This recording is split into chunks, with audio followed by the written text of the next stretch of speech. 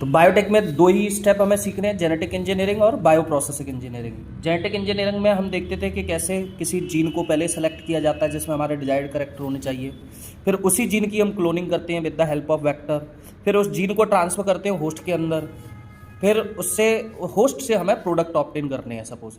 अब प्रोडक्ट कैसे ऑप्टेन करेंगे, पहले उस होस्ट को ना ग्रो कराएंगे किसी कल्चर मीडियम में, और कल्चर मीडियम में ग्रो कराने के लिए हमें ना उसे कुछ स्टेराइल कंडीशंस देनी पड़ेंगी, कुछ ऐसी कंडीशंस देनी पड़ेंगी जिससे वो जो जेनेटिकली मॉडिफाइड ऑर्गेनिज्म है वो अच्छे से ग्रो हो जाए, तभी हम उससे वो प्रोडक्ट ऑप्टेन कर सकते हैं। चलिए अगला इसमें टॉपिक आता है प्लाज्मिड, है ना। प्लाज्मिड क्या होता है, एक तो इसकी डेफिनेशन हमको पता होनी चाहिए। ये एक self replicating extra chromosomal DNA होता है जो कि बैक्टीरिया के अंदर प्रेजेंट होता है। सपोज ये देखिए यहाँ पे एक बैक्टीरिया है जिसको हम साल्मोनेला टाइफी कह सकते हैं। सबसे पहले इस बैक्टीरिया की या इस प्लाज्मिड की खोज किसने की थी, स्टेनले कोहेन और हर्बर्ट बोयर ने 1972 में। इन्होंने बताया था कि भाई बैक्टीरिया के अंदर डीएनए के मेन डीएनए के अलावा एक एक्स्ट्रा क्रोमोसोमल डीएनए होता है जिसे हम क्या कहते हैं, प्लाज्मिड कहते हैं। और इस प्लाज्मिड के अंदर कुछ जीन्स होते हैं, जैसे मान लो यहाँ पर एंटीबायोटिक रेजिस्टेंट जीन है जो एंटीबायोटिक से इसे रेजिस्टेंट प्रॉपर्टी देता है। अब इसी प्लाज्मिड में से वो जीन हमने कट करके क्या किया, यहाँ से आइसोलेट कर लिया।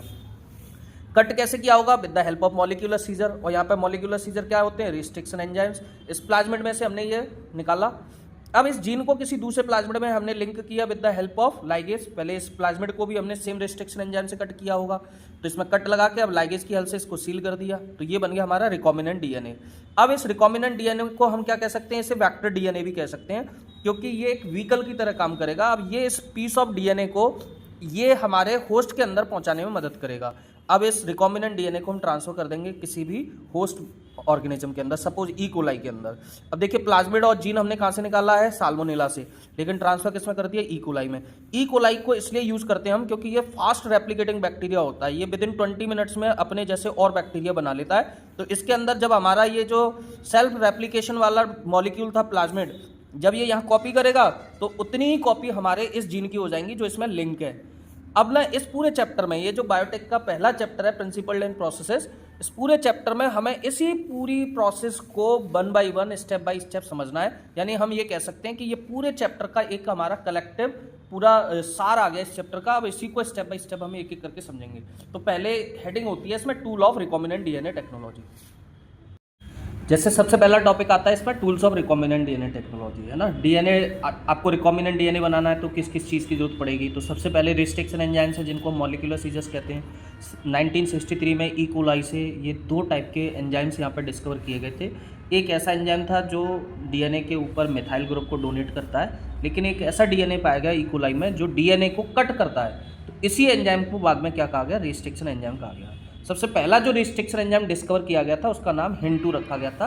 वैसे ही कोई भी एंजाइम हो, कोई भी रिस्ट्रिक्शन एंजाइम्स काम कैसे करता है, यानी इनकी फंक्शनिंग कैसे होती है, तो इसमें फंक्शन होता है कि कोई भी एंजाइम सबसे पहले डीएनए के अंदर एक स्पेसिफिक न्यूक्लियोटाइड सीक्वेंस को सर्च करता है जो कि कितने बेस पेयर का हो सकता है, 6 बेस पेयर का होता है। और इसी स्पेसिफिक सीक्वेंस को हम क्या कहते हैं, रिकॉग्निशन सीक्वेंस कहते हैं। जैसे फॉर एग्जांपल मान लो इको R1 नाम का कोई एंजाइम है हमारे पास और इसको डीएनए पे कट लगाना है, तो ये डीएनए में ना एक सीक्वेंस होता है GAATTC, ये एक 6 बेस पेयर का सीक्वेंस है। भाई इसका पेयर कैसे बनेगा, इधर से GAATTC हो जाएगा, तो ये यहाँ पे एक पेयर बन गया पूरा। अब ये पेयर पर ये कट लगाएगा एंजाइम, तो पूरे डीएनए में जहाँ पे भी GAATTC होगा ये वहीं पर जाके स्टिक हो जाएगा और डीएनए को कट लगाएगा। तो इसका मतलब क्या हुआ कि ये जो स्पेसिफिक एंजाइम है ये एक स्पेसिफिक सीक्वेंस पर ही कट लगाता है, और इसी स्पेसिफिक सीक्वेंस को हम क्या नाम दे देते हैं, रिकॉग्निशन सीक्वेंस। आज की डेट में तो मोर देन 900 से ज़्यादा रिस्ट्रिक्शन एंजाइम डिस्कवर हो चुके हैं। अब सबसे इंपॉर्टेंट एक क्वेश्चन आता है कि एंजाइम्स की या रिस्ट्रिक्शन एंजाइम्स की नेमिंग कैसे की जाती है। तो रिस्ट्रिक्शन एंजाइम्स की नेमिंग के लिए एक एग्जांपल से हम समझ सकते हैं। जैसे इको R1 नाम का कोई रिस्ट्रिक्शन एंजाइम है जिसे ई कोलाई नाम के बैक्टीरिया से निकाला गया था। अब ई कोलाई का पूरा नाम हमको पता होना चाहिए, एस्चेरिचिया कोलाई होता है, जिसमें RY13 इसका स्ट्रेन है। अब इसमें ई से सबसे पहला लेटर हमने ले लिया ई, जिसे हम जीनस से रिप्रेजेंट करते हैं। अगले 2 लेटर हमें स्पीसीज को रिप्रेजेंट करते हैं। आर इसमें जो होता है ये बैक्टीरिया के स्ट्रेन को बताता है, और ये जो रोमन लेटर एंड में लगा होता है ये ऑर्डर ऑफ द स्ट्रेन, यानी बैक्टीरिया का जो भी स्ट्रेन है उसके ऑर्डर को रिप्रेजेंट करता है। तो इस तरीके से हम लोग क्या करते हैं, नेमिंग करते हैं। रिस्ट्रिक्शन एंजाइम 2 टाइप के होते हैं, एक्जोन्यूक्लियस और एंडोन्यूक्लियस। एक्जोन्यूक्लियस नाम से पता चल रहा है, एक्जो माने बाहर की साइड, यानी वो एंजाइम जो डीएनए को कट तो करेगा लेकिन कहाँ से, एंड से, किनारों से कट लगाएगा, तो ऐसे एंजाइम को हम एक्जोन्यूक्लियस कहते हैं। एंडोन्यूक्लियस का मतलब होता है कि वो एंजाइम जो डीएनए को कट करेगा एक स्पेसिफिक सीक्वेंस पर, लेकिन विद इन द डीएनए, यानी डीएनए में कहीं बीच में कट लगाएगा, तो उसे हम एंडोन्यूक्लियस कहते हैं। किसी भी डीएनए को रिस्ट्रिक्शन एंजाइम से काटने के बाद अब हमें क्या करना होता है, उस डीएनए के टुकड़ों को ना सेपरेट करना होता है। तो डीएनए के टुकड़ों को सेपरेट करके आइसोलेट करना है तो हमें एक टेक्निक यूज़ करनी पड़ेगी जिसका नाम क्या है, जेल इलेक्ट्रोफोरेसिस। और ये मोस्ट इंपॉर्टेंट टेक्निक है, आप इसको टिक कर लो, आपके बोर्ड एग्जाम में आ सकता है। जेल इलेक्ट्रोफोरेसिस यानी this is a technique which is use to isolate the fragments of DNA on the basis of their size. Size के बेसिस पर हम इसमें डीएनए के टुकड़ों को अलग अलग करेंगे। इसके लिए हमारे पास क्या होती है, ये एक इलेक्ट्रोफोरेटिक प्लेट होती है। इस इलेक्ट्रोफोरेटिक प्लेट में हम ना एक जेल बनाते हैं, एगरोस जेल, जो हमें पता है किससे बनता है, हमारे जो रेड एल्गी होती थी ग्रेसिलेरिया जेलेडियम, उस एल्गी को हम सुखा के क्रश करके पाउडर बनाते हैं, एगरोस पाउडर होता है।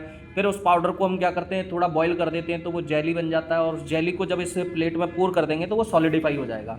और इसमें हम यहाँ किनारे पर क्या बना लेंगे, वेल्स बना लेंगे, इनको वेल्स कहते हैं।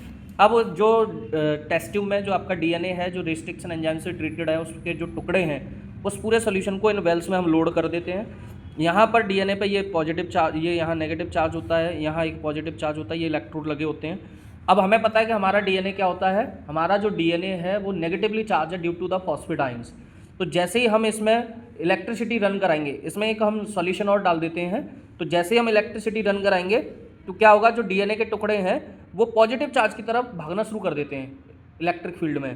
तो जो टुकड़ा जितना छोटा होगा वो उतनी दूर तक जाएगा, ये छोटे टुकड़े आगे तक आ गए हैं, जो बड़े टुकड़े हैं वो पीछे रह जाते हैं। तो on the basis of size ये सारे टुकड़े एक दूसरे से अलग अलग हो गए। अब इस जेल पर ये टुकड़े हमें दिखेंगे नहीं क्योंकि डीएनए बहुत छोटा होता है और ये कलरलेस भी है। तो हमें डीएनए के टुकड़े हमें दिखें, इसलिए हम क्या करते हैं, डीएनए को ना यहाँ पर इथीडियम ब्रोमाइड से रेडियो लेबल्ड कर देते हैं, पहले से ही हम स्टेन कर लेते हैं, कहने का सेंस ये है। तो ये हमें कैसे दिखेंगे, जैसे ही हम इनको यूवी रेस से एक्सपोज करेंगे तो ये हमें ऑरेंज कलर के बैंड दिखाई देंगे, ये ऑरेंज कलर के डीएनए के टुकड़े दिखाई देंगे। तो हम पहचान लेंगे कि कौन सा छोटा टुकड़ा है, कौन सा बड़ा टुकड़ा है। तो अपने रिसर्च के अकॉर्डिंग कौन सा जीन आपको चाहिए, कौन सा टुकड़ा चाहिए, कितना बड़ा टुकड़ा चाहिए, उसके बेसिस पे आप क्या करोगे, जेल को वहीं से कट लगाओगे और तोड़ के बाहर निकाल लोगे। तो इसी को, इस प्रोसेस को कहते हैं हम इल्यूशन। ये प्रोसेस क्या कहा जाता है, इल्यूशन। डीएनए के टुकड़े को बाहर निकालने के लिए एग्रोस जेल को हमने क्या किया, कट लगा दिया और तो अब आपको ये वीडियो पसंद आया हो तो आप लोग इसे लाइक, शेयर एंड सब्सक्राइब कर दें। आगे के पूरे चैप्टर की वीडियो में और अभी बनाने वाला हूँ, तब तक के लिए आप इसे